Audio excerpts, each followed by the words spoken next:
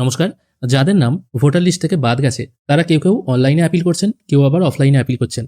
এবার অনলাইনে যখন আপনারা এই পোর্টাল থেকে অ্যাপিল করছেন, তখন দেখা যাচ্ছে আপনারা ওখানে আপনাদের কিছু কথা লিখে ফর্ম জমা করে দিচ্ছেন এবং তারপর একটি ফর্মের প্রিন্ট আউট কপি বেরোচ্ছে। এবার এটা নিয়ে আপনাদের কি করতে হবে? কোথায় জমা দিতে হবে?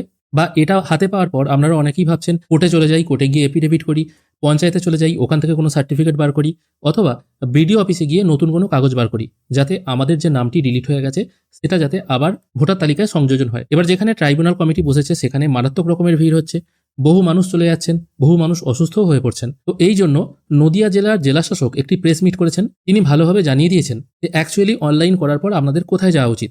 অবশ্য এরা যে নদিয়া জেলার জন্যই যে প্রযোজ্য হবে তা কিন্তু নয়, কারণ আপনি একজন বৈধ ভোটার না অবৈধ ভোটার এটা নির্বাচন কমিশন ঠিক করবে। সেই জন্য আশা করি সব জায়গাতেই সিস্টেমটা একই রকম হবে। তবে আপনারা অনলাইনে ফর্ম ফিল আপ করার পর একবার আপনার বিএলওর সাথে অথবা আপনাদের এলাকায় যারা ফর্ম জমা দিয়েছে তাদের সাথে একবার কথা বলে নেবেন অনলাইনে অ্যাপ্লাই করার পর আপনাদেরকে আবার ট্রাইব্যুনালে গিয়ে সমস্ত ডকুমেন্টস জমা দিতে হবে কিনা। আবার কোনো ডিস্ট্রিক্টে দেখা যাচ্ছে যে অনলাইনে ফর্ম সাবমিট করার পর এই ফর্মের সাথে আপনার সমস্ত ডকুমেন্টস জেরক্স কপি অ্যাটাচ করে ট্রাইব্যুনাল কমিটির কাছে দিয়ে আসতে হচ্ছে। এরকমও কিন্তু সিস্টেম আছে, তবে বিভিন্ন ডিস্ট্রিক্ট ওয়াইজ হয়তো এটা ভ্যারি করতেও পারে। তবে অ্যাকচুয়ালি জেলা শাসকদের তরফ থেকে কি বলা হয়েছে, এটা জমা দেওয়ার পর আবার হিয়ারিং হবে কিনা, আবার আপনাকে কোথাও যেতে হবে কিনা বা কি কাগজ লাগবে, সবকিছু তথ্য কিন্তু আজকের এই ভিডিও থেকে আমরা পেয়ে যাব। Online application is the best form of application. অনলাইনটা একবারই করে দিলে আপনার নিজে মোবাইল থেকে করা যায়, বাড়ির পাশে সাইবার ক্যাফে থেকে করা যায়, বাড়িতে কোনো একজন শিক্ষিত ছেলে যদি থাকে ওরা করে দিতে পারে। ওটা করার পরে অন্য কোনো জায়গায় আপনাকে যেতে হবে না।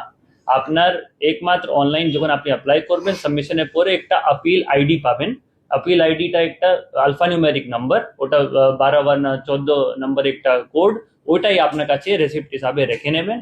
যখন আপনি অনলাইন অ্যাপ্লাই করতে যাবেন তাহলে ওখানে দেখবেন আপনার প্রিভিয়াস ভোটার আইডি কার্ড যেটা নিয়ে আপনি চ্যালেঞ্জ করছেন ওটা নাম্বারটা চাওয়া হচ্ছে। যখন নাম্বার আপনি দিচ্ছেন ভোটার আইডি নাম্বারটা, অটোমেটিক্যালি আপনার নাম, বাড়ির ঠিকানা, আপনি কোথায়কার ভোটার সবকিছু অটো ফেচ হয়ে সিস্টেমে চলে আসছে। তারপরে দুটো ধাপে আপনাকে হাজারের ওয়ার্ড একটা লেখার একটা জায়গায় সুযোগ দেওয়া হচ্ছে, যেখানে আপনি brief status of the case, মানে কেন এখানে আপনাকে এই ঘটনাটা ক্রম কি হলো, কি আপনি আগে একটা শুনানি নোটিশ পেয়েছিলেন, গিয়েছিলেন, তারপরে কি হলো, ওইটা একটা বিবরণ করার জায়গায় তার সঙ্গে ট্রিবিউনালের কাছ থেকে কি রিলিফ চাইছেন, রিলিফ শর্টের বলে ওখানে আপনাকে দেওয়ার একটা সুযোগ দেওয়া হচ্ছে। তার সঙ্গে অনেকে লোকের মাথায় প্রশ্ন থেকে যাচ্ছে স্যার, কি আমি ডকুমেন্টগুলো আপলোড করছি না, সেই কারণে আমাকে ফিজিক্যালি এখানে প্রিন্ট আউট নিয়ে আমাদের ডিএম অফিস অথবা এসডিও অফিসে জমা দিতে আসতে হচ্ছে। তো ওটা যা এখন অব্দি আমাদের গাইডলাইন এন্ড ইনস্ট্রাকশন ক্লিয়ারই আছে। যখনই আপনি অ্যাপ্লাই করলেন আপনি ডকুমেন্ট আপনাকে চাওয়া হচ্ছে না, কারণটা যখন আপনাকে আবার এই জমা করার পরে তো আপনি একটা হিয়ারিং শুনানি নোটিশ পাবেন ট্রিবিউনালের সামনে।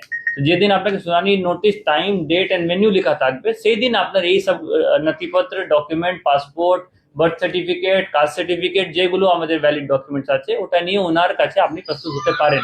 তাহলে আপাতত জেরক্স করানো, আবার এফিডেভিট করানো, দেখছি আবার হুড়ুড় করে অনেক এখানে আনঅথরাইজ লোকটাও এখানে চ্যানেলে ঢুকে যাচ্ছে, যাতে মানুষকে আর হয়রানি করছে। এখানে এটা এফিডেভিট করাতে হবে, ওখানে এটা লিখাতে হবে। প্লিজ ওই সবগুলোতে যাবেন না। আপনাদের মাধ্যমে এটাই অনুরোধ সবের কাছে, অনলাইন অ্যাপ্লিকেশনটা করলে সব থেকে ভালো। যারা আমাদের গ্রামাঞ্চলে থাকেন, যেখানে ইন্টারনেট নেই, মোবাইল ফেসিলিটি নেই, ওদের জন্য একটা ফেসিলিটেশন ডেস্ক, যেরকম আমাদের ডিএম স্যার বলেছেন, প্রত্যেকটা সাব ডিভিশনে পাশে একটা ডেডিকেটেড ফেসিলিটেশন ডেস্ক এন্ড একটা অফিসে করে দেওয়া হয়েছে, যেটা টাইমিংটা মোটামুটি অফিস টাইমের সঙ্গে সকাল 10টা থেকে বিকাল 5টা বা 6টা অবধি থাকবে। লেকিন ওখানেও কোনো প্যানিক করার দরকার নেই। একবারই আপনি যদি কালেকশন সেন্টারে চলে আসছেন তাহলে আপনার অ্যাপ্লিকেশনটা আমরা অবশ্যই নেব, তারপরেই কাউন্টারটা ক্লোজ হবে। এটা কেউ মনে করবেন না, স্ট্যাম্পিড করার কোনো দরকার নেই, কি আগে আমি দিয়ে দিই নালে লাঞ্চ টাইম হয়ে যাবে, আগে আমি দিয়ে দিই নালে অফিস টাইম বন্ধ হয়ে যাবে।